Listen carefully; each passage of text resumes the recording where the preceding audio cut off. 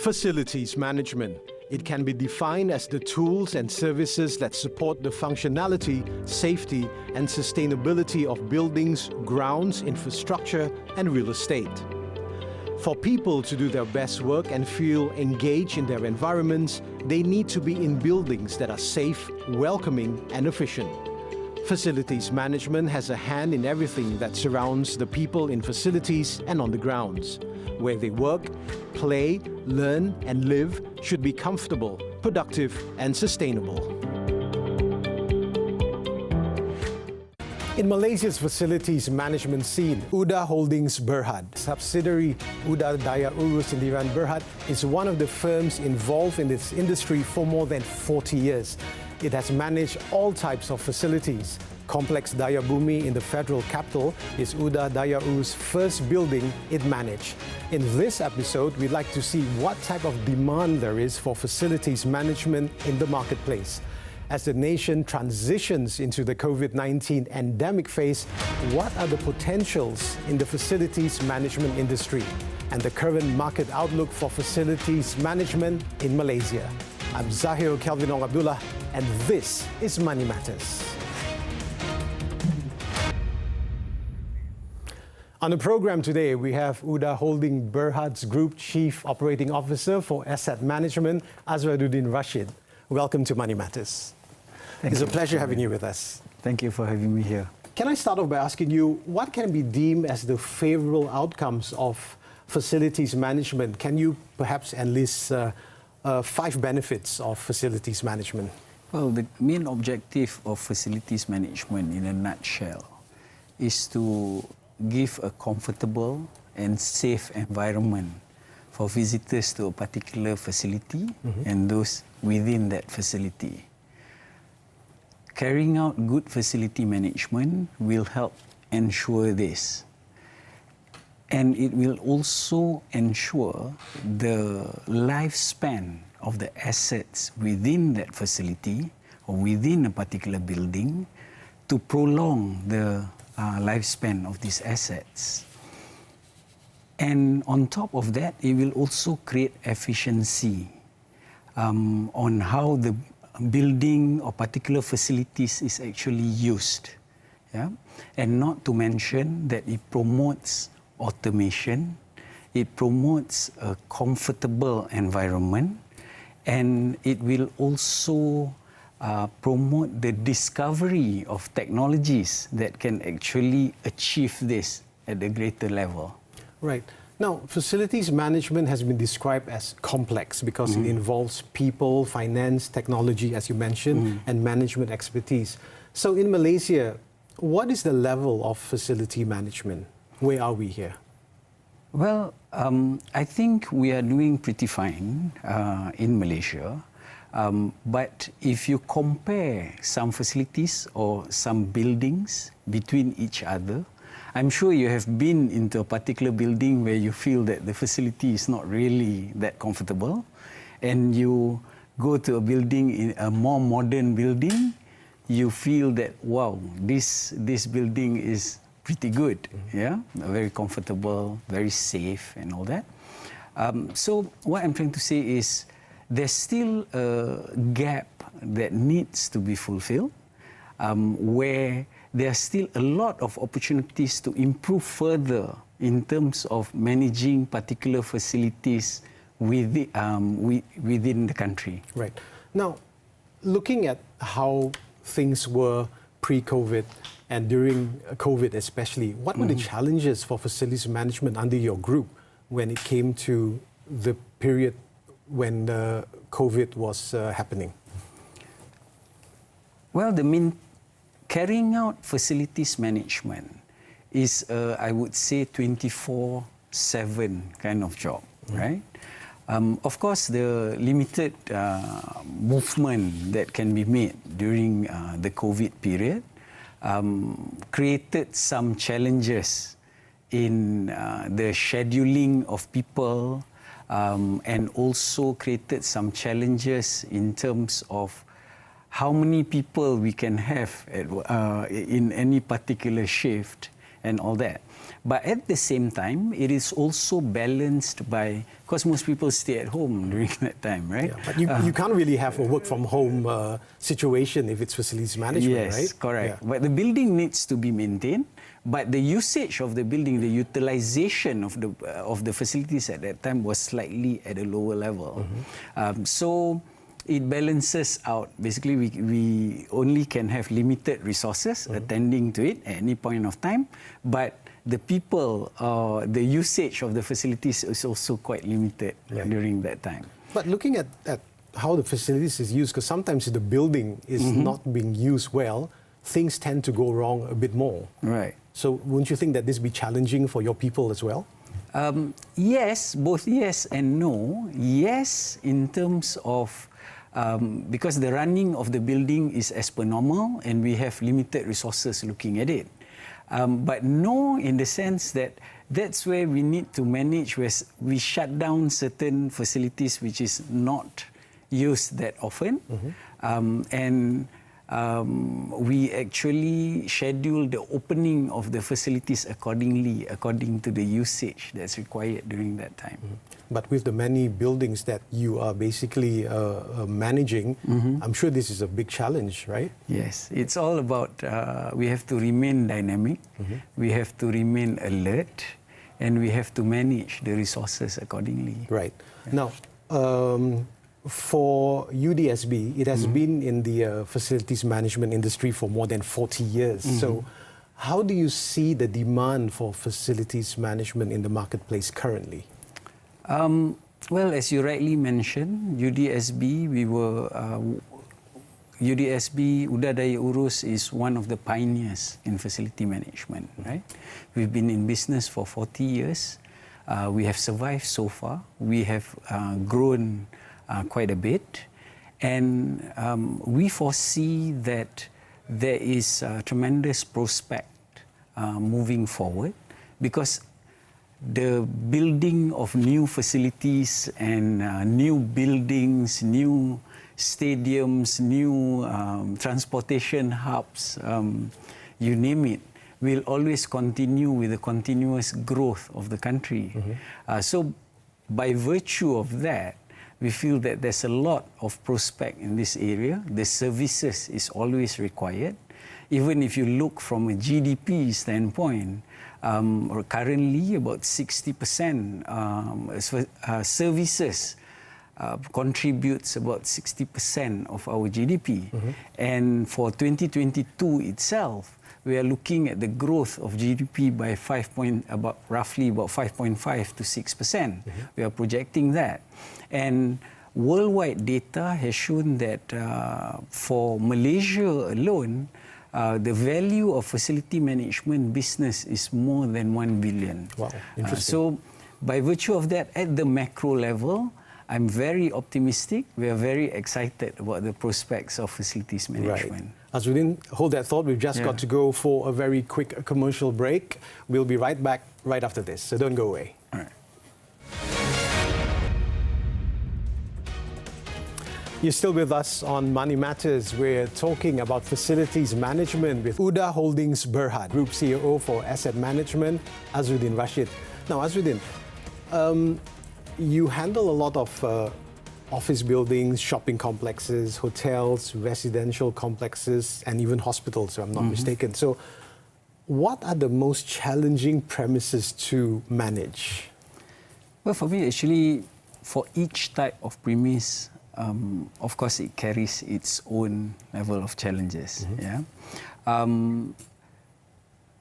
But I would say it all depends on the how long a duration during the day that building is, the usage of that building or facility is maximized. For example, if you look at offices and malls, it does not open 24 hours a day. But if you look at hotels, for example, and residential, the usage of it is 24 hours a day. The residences or the guests is always there. So it's always alive and being used 24 hours a day. Of course, during night time, some of them sleep, some of them don't, right? And also it depends on the criticality of the operations that take place within that facility. You mentioned just now hospitals. Of course, there are a lot of critical moments in hospitals. So that's the challenge, is to make sure that all the facilities, the equipments are running top-notch 24/7, because it involves lives, it involves patients. Right. Now, are there any models from other countries in managing facilities that maybe you can have a takeaway from when it concerns facilities management? I would say in probably more advanced countries. In general, facilities management is moving into, number one, it's moving into, instead of we have to go out there and find out the faults within the facility to be repaired, the facility actually starts talking to us. Yeah. So, in other words, stop short of saying it's self-aware, but it's saying that if there's something wrong with some lights or some of the air conditioning system, some of the equipments in there, through sensors and all that, it starts talking to us and informing us proactively that there's a fault. Even before that, proactively informing us that it needs to be maintained under preventive maintenance. This is what they term as smart buildings. Right. Yeah? Right. And the other part is, of course, about how environment-friendly the facilities are. So, based on what we have seen in more advanced countries or advanced environment, facilities management is moving towards that, ensuring that you have smart and you have environmental friendly facilities. Right. Looking at the different challenges under facilities management, because you talk about hospitals, so there's basically one section where you mentioned has to be very top-notch. But looking at shopping complexes and residential, you are not just looking at the facilities, because you're looking at various ownerships as well. So it's basically handling different complaints as well. So how would your team basically handle something like this? Well, for this, of course, we have to make sure the touch point has to be there. Yeah, when feedback or complaints are actually received, then we have to make sure that the touch point is clear, regardless whether it's in hospital, in residential, or in hotels or whatnot. And once we receive that, it needs to be logged and it needs to be tracked accordingly. What has been done to address those things, and once it's addressed, communication needs to go out accordingly. Right. So now, can we move into technology? So what can the Internet of Things do to facilities management? Okay. Internet of Things is related to what I mentioned earlier about, basically about the building talking to you. So, of course, it involves sensors. At the same time, it also involves network connectivity, so that messages or feedback from the facilities that are being managed or being maintained can be delivered to the people managing it. So, Internet of Things would help more proactive maintenance to be carried out. And by virtue of this, it's more effective because it's, in a way, just in time. And it promotes efficiency. It also promotes effective usage of resources. Right. Yeah? And the result of that is, of course, it will prolong the lifespan of these assets and equipment. Right. So obviously technology is very important over here. So obviously it has given a noticeable impact on this sector, for example, in the past decade. So how do we expect this trend to continue where technology is concerned, looking into the future? Well, technology will continue to change and advance. I mentioned to you about it sending a signal. Next will come where, based on the data that we get, analysis can be done. Because what we want to move into is to do proper analysis, data analysis, so that we can prevent the faults from happening. So that's where we move into proactiveness. Right. And next, of course, comes the robotics of things. To address that, as much as possible, there are areas where robotics can come in, automation can actually come in. Right.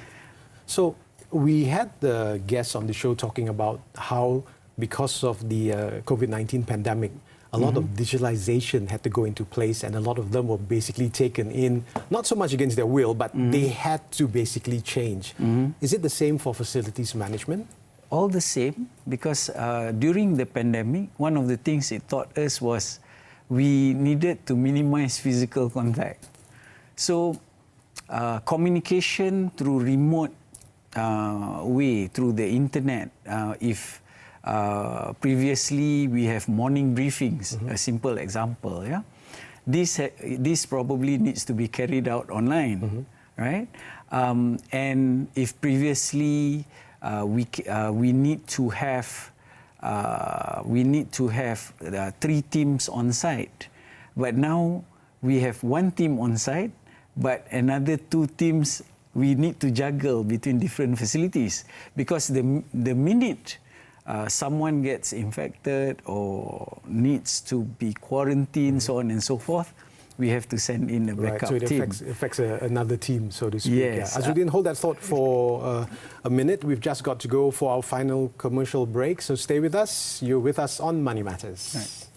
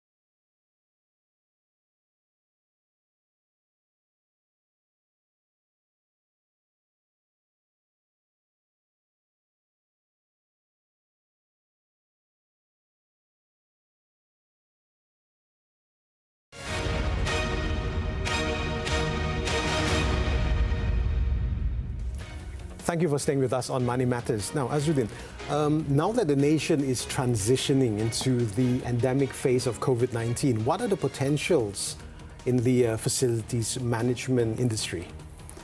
Firstly, of course, things are getting back to business as usual. Facilities are being used back to the level of pre-COVID days, pre-pandemic days. So we are back in normal business.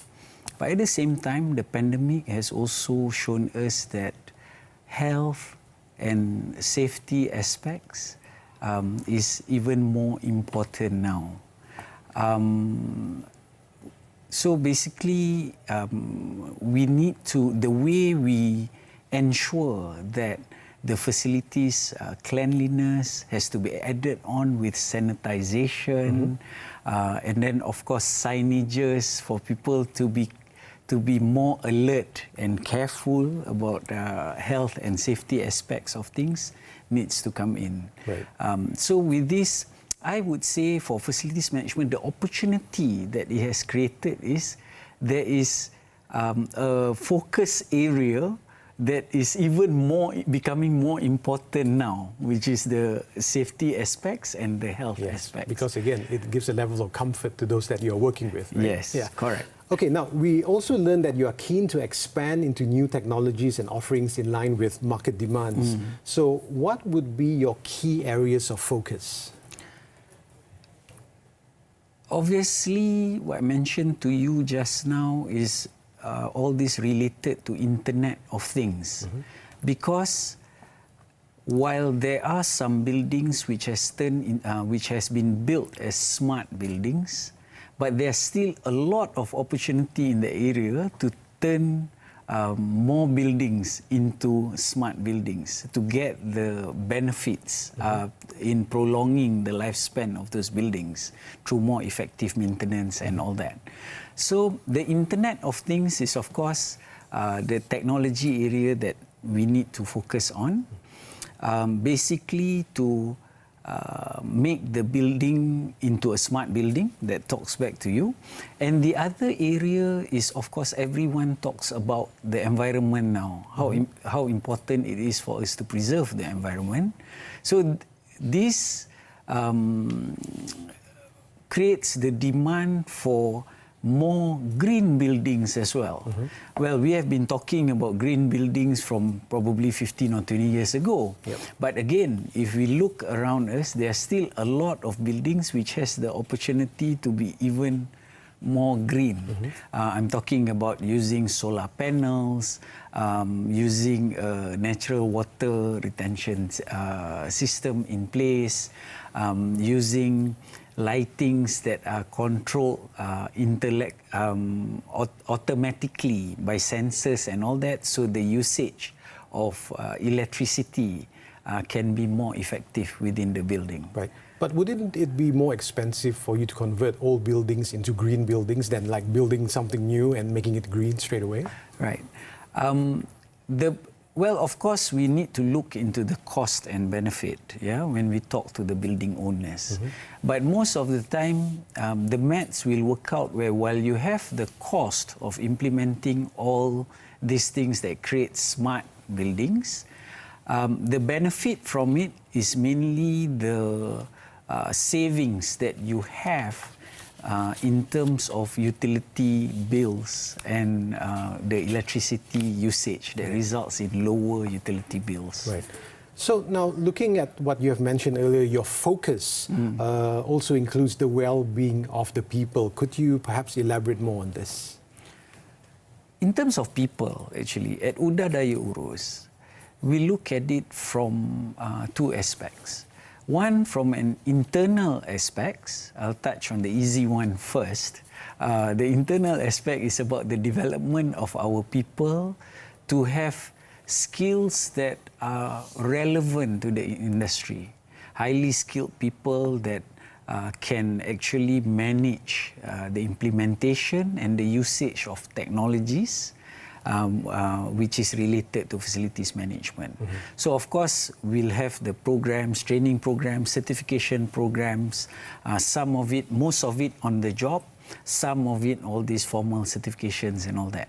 That is in terms of the internal people in UDA Dayaurus.